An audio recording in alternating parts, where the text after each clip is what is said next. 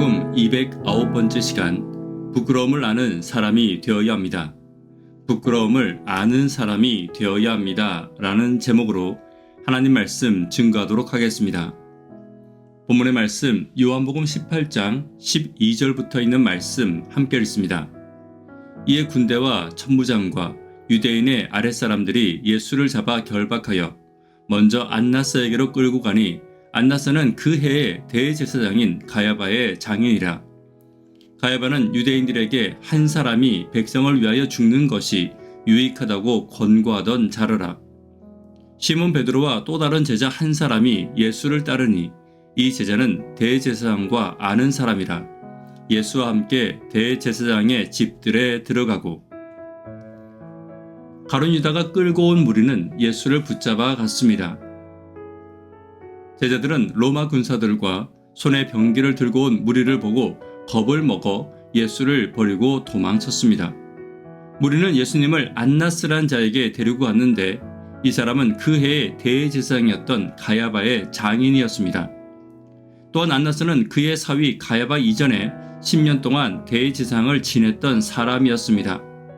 그러니까 이 당시 유대 공동체에서는 가장 높은 어른이라고 할 수 있는 안나스가 무리가 붙잡아온 예수님을 신문하고 있는 것입니다.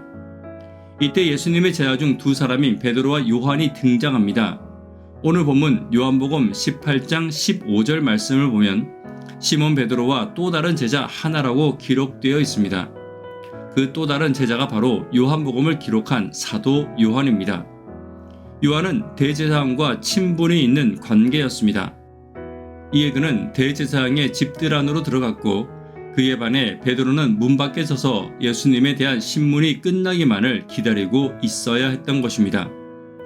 그렇다면 오늘 본문을 통해 예수께서 잡히시던 때의 모습과 그때의 사람들을 함께 살펴보며 우리의 신앙의 여러 가지 모습들을 함께 살펴보도록 하겠습니다. 첫 번째는 안나스 같은 사람이 있습니다. 13절입니다. 먼저 안나스에게로 끌고 가니 안나스는 그 해의 대제사장인 가야바의 장인이라. 오늘 본문에서 요한은 안나스를 그 해의 대제사장 가야바와 구분함으로써 당시 안나스가 대제사장이 아님을 말하고 있습니다. 안나스는 AD 6에서 15년 사이에 대제사장을 맡았던 사람인데 그에게는 아들이 5명 있었습니다. 안나스는 9년간 재임하였고 그의 아들 5명과 그 사위까지 모두 대제사장을 역임했습니다. 안나스의 5아들 엘르아살 1년, 요나단 1년, 데오빌러스 4년, 마띠아 1년, 안나스 2세 모두가 대제사장을 지냈으며 그의 사위 요셉 가야바는 가장 오래 18년을 재임하였습니다. 본래 대제사장직은 종신직이었으나 로마의 지배가 시작된 후 대제사장직이 막대한 부와 권력에 의해 좌우되어 로마에 대한 적극적인 추종자들에게 주어짐으로써 자주 교체되게 된 것입니다.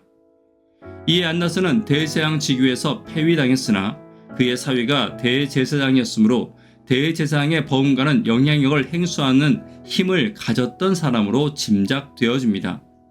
이처럼 교회의 권력을 세상의 권력처럼 사용하고 세상의 권력을 가지고 교회에서의 권력처럼 사용하는 사람들이 있습니다. 대제사장 직분은 예수님의 모습을 보여주는 거룩하고 신성한 직분입니다.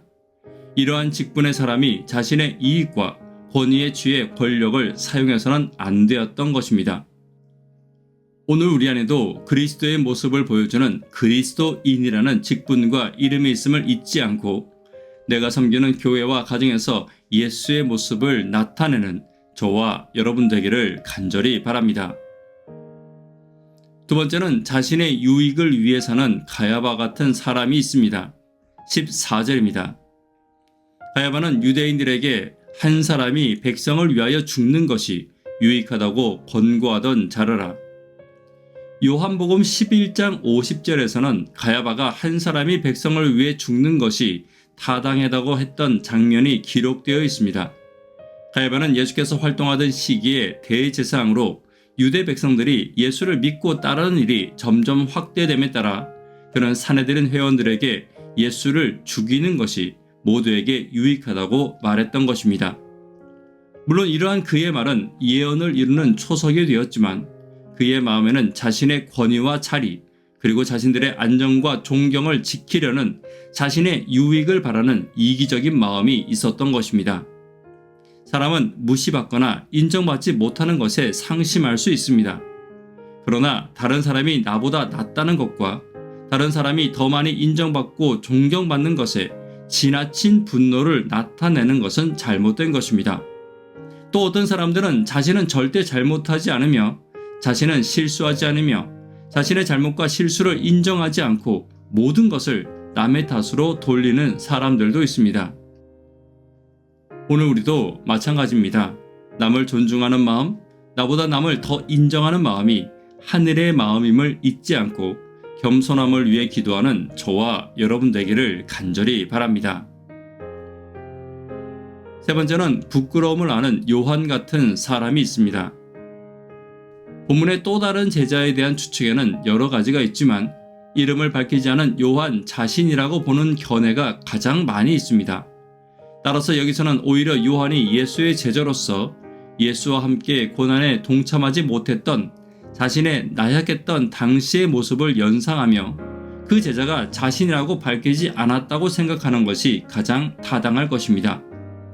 이처럼 요한은 예수의 고난의 자리에 함께하지 못하고 있는 자신의 모습을 감추었다기보다는 부끄러움에 성경에 이름을 올리지 못하였던 것입니다. 왜냐하면 대제사장과 친분 관계가 있었던 그였지만 어떠한 일도 할 수 없었고 또한 하지 않았던 것입니다. 때때로 사람은 부끄러움을 알아야 합니다. 그리고 그 부끄러움을 딛고 일어나야 합니다. 요한은 이후에 가장 헌신적이고 가장 아름다운 제자로서의 삶을 살았고 그의 삶은 많은 사람들에게 예수의 삶의 그림자가 되었습니다. 오늘 우리도 마찬가지입니다. 지금 나의 삶에 부끄러움이 있다면 부끄러움을 딛고 일어나서 다시는 부끄럽지 않는 예수의 제자로서의 삶을 살아가는 저와 여러분 되기를 간절히 바랍니다. 말씀에 결론 맺도록 하겠습니다. 예수께서 잡히시던 때의 모습과 그때의 사람들을 함께 살펴보며 우리의 신앙의 여러 가지 모습을 함께 살펴보았습니다. 부르심에 합당한 사람이 되어야 합니다. 이기심에 지배받지 않는 사람이 되어야 합니다. 부끄러움을 아는 사람이 되는 저와 여러분 되기를 간절히 바랍니다. 기도 제목 함께 나누도록 하겠습니다. 교회와 개인의 성령 임재를 위해 기도 부탁드립니다. 구두자분들을 위해 기도 부탁드립니다. 예수 닮기를 위해 기도 부탁드립니다. 학생, 청년, 어린이를 위해 간절히 기도 부탁드립니다. 새벽기도와 영버TV를 위해 기도 부탁드립니다. 그리스도인의 이름에 합당한 내가 되기를 위해 기도 부탁드립니다. 이 시간 개인적으로 기도하도록 하겠습니다. 감사합니다.